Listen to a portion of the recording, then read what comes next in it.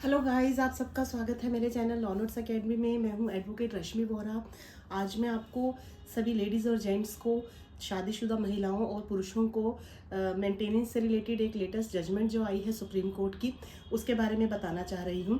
देखिए, एक इसमें क्या था, इसमें मद्रास हाई कोर्ट के एक जजमेंट थी जिसको कि सुप्रीम कोर्ट ने ओवर रूल कर दिया था, और जो नीचे का कोर्ट था, डिस्ट्रिक्ट कोर्ट, फैमिली कोर्ट की जजमेंट आई थी, उसको सुप्रीम कोर्ट ने सही माना और हाई कोर्ट के जजमेंट को गलत ठहराकर महिला के हक में फैसला दिया। तो क्या था सारा केस, ये मैं आपको बताती हूँ। बने रहिए मेरे चैनल पे। अगर आप मेरे चैनल पे नए हैं तो अभी लाइक, शेयर और सब्सक्राइब कर दीजिए और बेल आइकन प्रेस कर दीजिए, ताकि आपको लेटेस्ट अपडेट्स मिलते रहें, लेटेस्ट जजमेंट्स, केस से रिलेटेड कोई भी आपको लेटेस्ट लॉ से रिलेटेड अपडेट चाहिए हो या लॉ नोट्स चाहिए हो तो आपको उसकी नोटिफिकेशन मिलती रहेगी।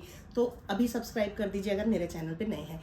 तो देखिए, हुआ क्या था इसके अंदर। मद्रास का कोर्ट का एक जजमेंट है। इसमें केस है, स्टडी में आपको बताती हूँ। हस्बैंड वाइफ की शादी हुई थी 2018 में और 2019 से उनके डिस्प्यूट्स बढ़ रहे थे। एक्चुअली हुआ क्या था इसके अंदर, हस्बैंड ने वाइफ की जॉब छुड़वा दी थी। वाइफ ने जॉब छोड़ दी थी ताकि वो अपनी फैमिली को प्रोटेक्ट कर सके, संभाल सके, घर की टेक केयर कर सके। तो हस्बैंड वेल सेटल्ड है, इसमें इनकी अच्छी जॉब भी है हस्बैंड की, और काफ़ी प्रॉपर्टीज़, एसेट्स वगैरह भी हैं जिससे उनको खूब अच्छी इनकम होती है। तो वाइफ ने इसलिए जॉब छोड़ दी कि वो घर संभालेंगी, लेकिन उनके आपस में दोनों के डिस्प्यूट्स बढ़ने लग गए, धीरे धीरे डिस्प्यूट्स बढ़ते रहे। तो 2019 में वाइफ ने हस्बैंड के खिलाफ एक पिटीशन फाइल कर दी मेंटेनेंस की। उनका आपस में झगड़ा हो गया था, तो वाइफ जो है अलग रहने लग गई थी, उनसे, हस्बैंड से अलग रहने लग गई थी। तो फिर उन्होंने 125 सीआरपीसी का केस डाल दिया था 2019 में, जो कि फैमिली कोर्ट में मद्रास के अंदर फैमिली कोर्ट में केस चल रहा था। उसके अंदर क्या था, मद्रास के फैमिली कोर्ट ने 1,75,000 रुपए का इंटरिम मेंटेनेंस फिक्स कर दिया था वाइफ के हक में। ठीक है, तो जिसको कि हस्बैंड ने चैलेंज किया कोर्ट के अंदर, हाई कोर्ट के अंदर। फैमिली कोर्ट ने तो दे दिया डिसीजन कि हाँ, वाइफ को 1,75,000 रुपये मिलना चाहिए, इस बेसिस पे कि वो पहले भी अपने हस्बैंड के साथ ऐसी अच्छी लाइफ जी रही थी। शादी के बाद में हस्बैंड वाइफ अच्छे खुशी से रह रहे थे, मतलब अच्छी लग्जरी लाइफ जैसी उसको शादी के बाद मिल रही थी। तो वही हक उसका बाद में भी है वाइफ का, क्योंकि अब वो जॉब नहीं कर रही है। उसने जॉब जो छोड़ी थी वो हस्बैंड के कहने पे जॉब छोड़ दी थी, और अब उसका कोई इनकम सोर्स नहीं है।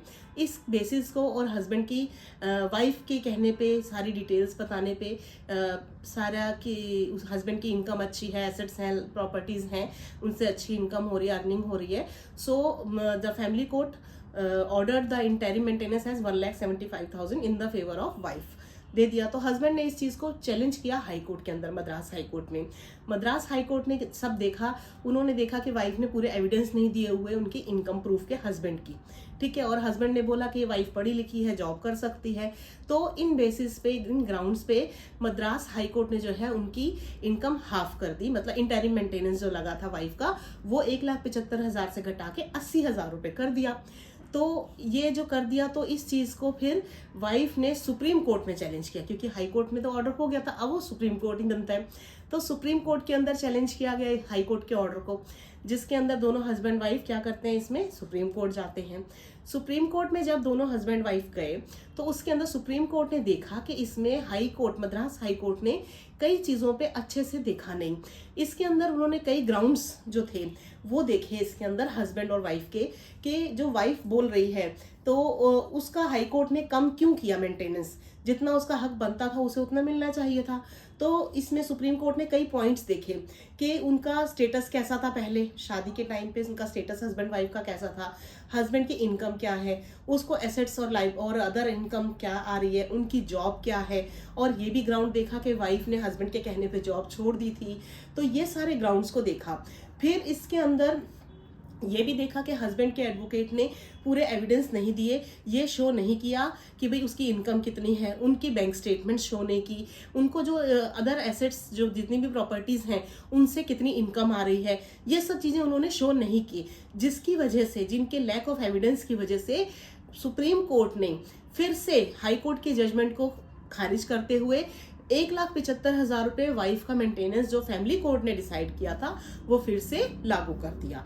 तो ये जो मैं आपको बताना चाह रही हूँ कि ये वाइफ के फेवर में ये हक आया है, ये अच्छा कानून, जो लेटेस्ट जजमेंट्स आ रही हैं, ये इसके देखिए कुछ बेसिक ग्राउंड्स होते हैं। ये नहीं ऐसा होता कि हर वाइफ को ही इतना मिल जाएगा। सबसे पहले इसमें देखा जाता है कि हस्बैंड की इनकम कितनी है। अगर हस्बैंड की इनकम उतनी है, अच्छी है, तो वाइफ एलिजिबल है उसको लेने के लिए, तो वाइफ को मिलेगा।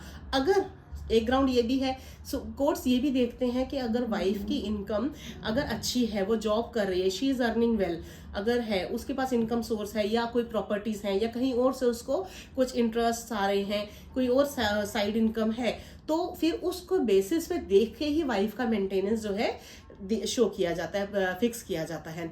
इसके अंदर रोल जो है हस्बैंड्स के एडवोकेट्स का भी होता है कि वो कितनी तैयारी करते हैं, उनके पास कितने प्रूफ्स या एविडेंसेस हैं वाइफ के इनकम दिखाने की।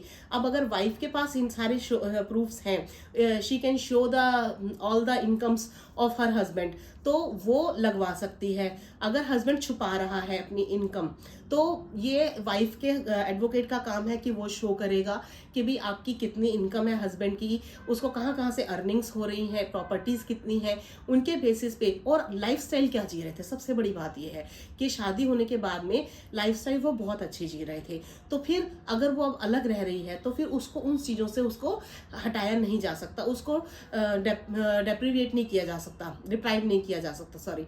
तो इसलिए ये सब ग्राउंड्स को देखने के बाद ही जो सुप्रीम कोर्ट है उन्होंने वाइफ के हक में फैसला दिया। तो गाइज मैं आपको यही समझाना चाह रही हूँ इसके अंदर कि हर केस में जो फैक्ट्स होते हैं वो डिफरेंट होते हैं। बहुत सारी जगह पे जहाँ वाइफ्स अर्निंग होती है वहाँ उनको मेंटेनेंस बहुत कम मिलता है। अगर हस्बैंड ने, अगर स्पेशली गवर्नमेंट जॉब कर रही हैं वाइफ्स, उनकी अच्छी इनकम है, तो उन्हें मेंटेनेंस का राइट नहीं मिलता, उनकी तो पिटीशन स्टार्टिंग में ही खारिज या डिसमिस कर दी जाती है। और जो हस्बैंड काम कम कर रहे हैं तो वो उन नहीं दे सकते, उनके ग्राउंड्स स्पेशली दिखाने पड़ते हैं। बहुत से हस्बैंड्स ऐसे होते हैं या वाइफ्स ऐसी होती हैं जो अपनी इनकम दिखाती नहीं है कोर्ट के अंदर, कोर्ट को शो नहीं करते हैं, तो उनके केसेस में बहुत टाइम लग जाता है, इसीलिए इन चीज़ों में बहुत टाइम लग जाता है। लेकिन अगर आपके पास सॉलिड प्रूफ हैं तो आप उन प्रूफ्स के बेसिस पे कोर्ट को शो करके आप इनकम बढ़ा सकते हैं, अपनी इंटरिम मेंटेनेंस लेडीज जो है बनवा सकते हैं, बढ़ा सकती हैं, ठीक है। अब अगर उनके पास बच्चे हैं, बच्चे वाइफ के साथ रह रहे हैं, तो उनका मेंटेनेंस और ज़्यादा बढ़ जाता है, क्योंकि बच्चों की एजुकेशन, अपग्रेडेशन, सब कुछ जो है वो कोर्ट देखता है, उसके सारे प्रूफ्स दिखाने पड़ते हैं।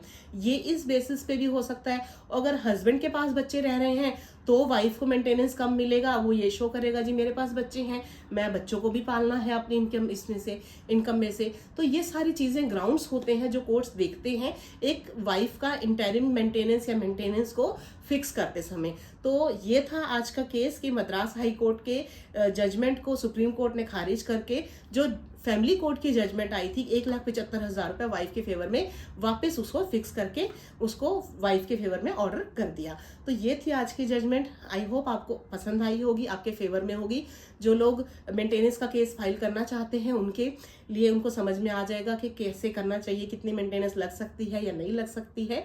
तो अगर आपको वीडियो पसंद आया हो तो लाइक, शेयर एंड सब्सक्राइब जरूर कीजिएगा, बेल आइकन प्रेस कीजिए। मेरे चैनल पे नए हैं तो अभी सब्सक्राइब कीजिए। थैंक यू सो मच, बने रहिए मेरे चैनल के साथ में और आपको वीडियोस की नोटिफिकेशन मिलती रहेंगी। Thank you so much, have a nice day, take care, bye bye.